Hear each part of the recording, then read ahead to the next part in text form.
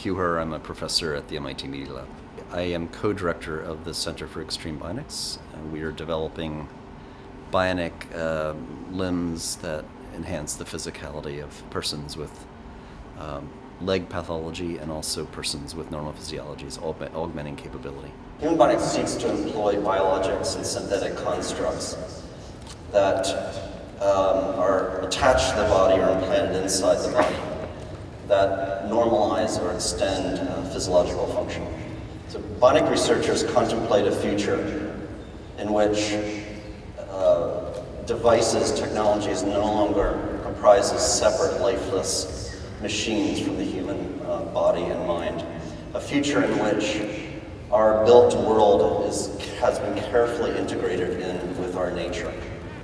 A world in which what is biological and what is not, what is human and what is not, will be forever blurred. You know, technology is expanding at such a precipitous rate, and more technology is having more pronounced effect on human capability, and that invites a lot of opportunities. We can mitigate disability, for example, but it also introduces interesting social and policy issues.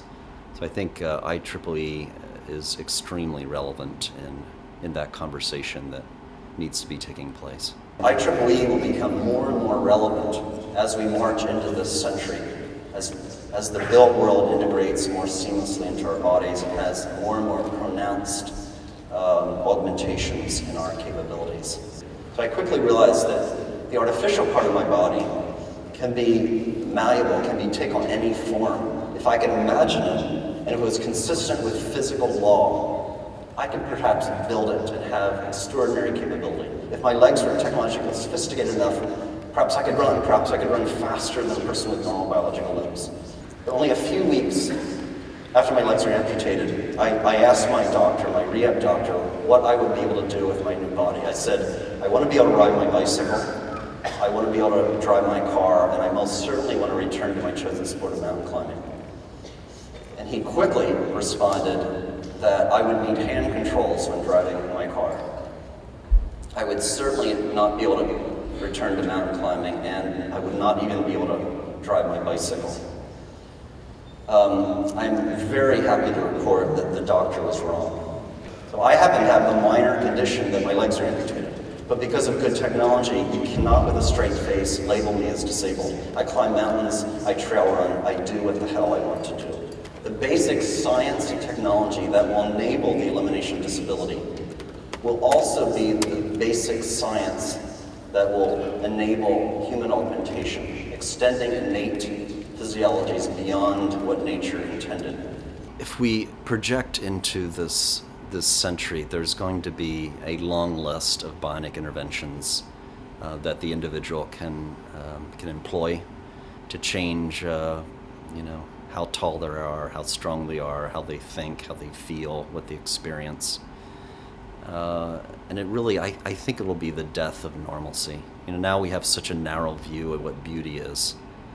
But in a future world where if you want a third arm, you can have it, it'll really, I hope, unleash a creative kind of renaissance where the sculpting material is the human body. Hugh has a lot of stuff on the internet.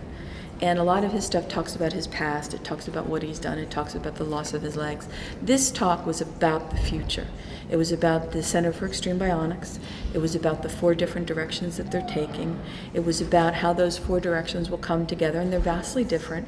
Some are very mechanical and robotics oriented, some are interfaced to the neurological system, both the brain and the peripheral nerves, and some of them are really looking at regenerative medicine and how you might regenerate something like a spinal cord or a nervous system to be able to come back and really give you a physical, a real organic view, as opposed to a more mechanical view. Do you have to change your limbs out? Because you showed us 4 or 5 different kinds of limbs that you use. How does that work for you?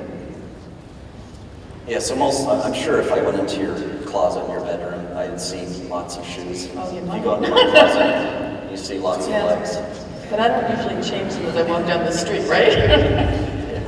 Do you have to reuse, change them as part of the Yeah, so I have legs. I use these for every day walking around. I have different legs for trail running that are very springy. I have different legs for climbing. And as you saw in my presentation, each kind of rock or ice surface has a different variation of the design.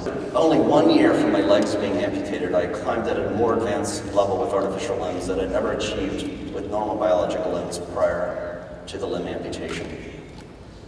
So at the beginning of that year, society said that I was crippled without legs. A year after the amputation surgery, I surpassed my pre-amputation climbing abilities, climbing walls that no human had ever ascended, whether with biologic or bionic legs. So I believe passionately that we the people have in our authority the capacity to end disability in this century, while adhering with absolute obedience to the general principles of human diversity and individual freedoms. Thank you.